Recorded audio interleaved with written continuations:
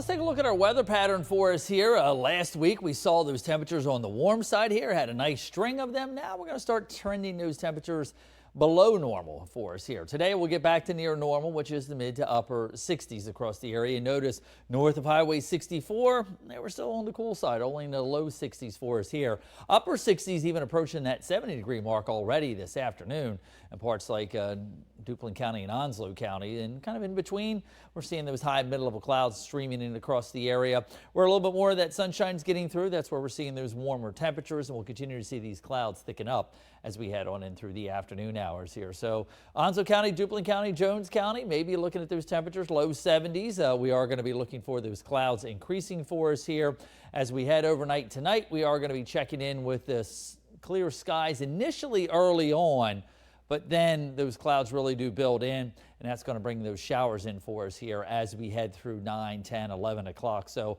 most of the shower action will hold off until after sunset for us here in eastern North Carolina with those northerly winds around. Another big powerful storm plowing into the west coast. A lot of you see heavy snow and rain across Northern California into Washington, Oregon, which again is helping with their drought out there.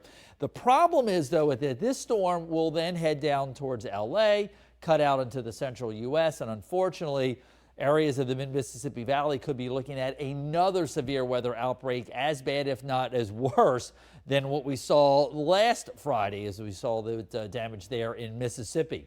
What we are watching, though, is these upper disturbances coming through the Tennessee Valley, little pockets of cold air, if you will. They're going to make their way over to the mountains, and you can see this other little disturbance cutting by to the south.